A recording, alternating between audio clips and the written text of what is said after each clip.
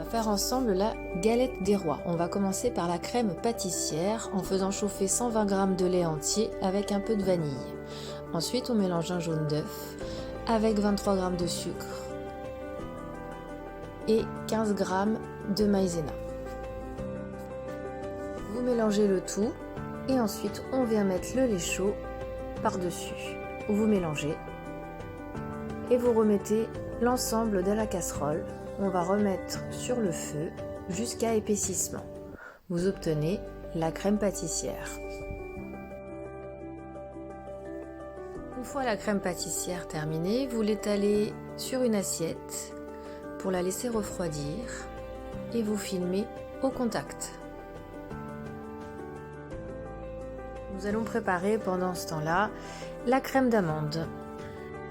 Pour cela, vous mélangez le beurre avec le sucre, 90 g de beurre mou et 100 g de sucre. Vous mélangez bien jusqu'à blanchissement au fouet et on ajoute 2 œufs. Vous mélangez bien de nouveau.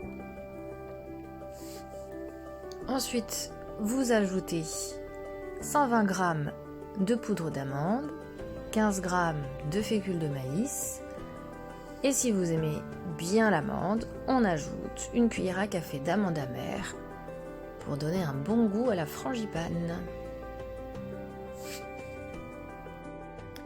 Vous mélangez bien, puis une fois que la crème pâtissière est bien refroidie, on va l'ajouter à la crème d'amande en mélangeant bien le tout et pour former la frangipane.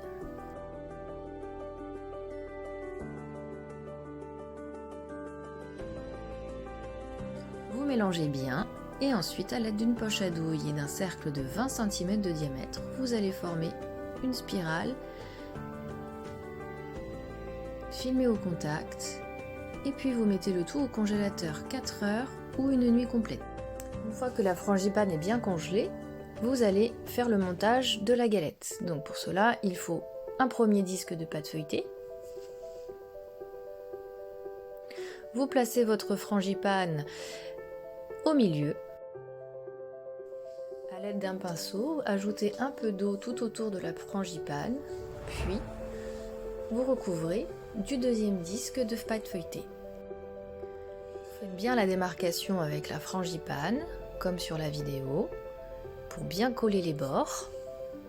Puis à l'aide d'un cercle plus grand, ici c'est un cercle de 25 cm, vous recoupez à l'aide d'un couteau. Ensuite, vous la retournez et là, vous allez faire la dorure avec un jaune d'œuf, un peu de crème ou un peu de lait. Et puis, vous faites ensuite le dessin que vous voulez dessus. Vous replacez le tout au frigo avant d'enfourner. Il faut qu'elle soit bien froide.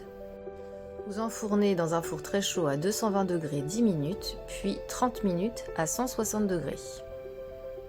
Vous la laissez refroidir et bon appétit!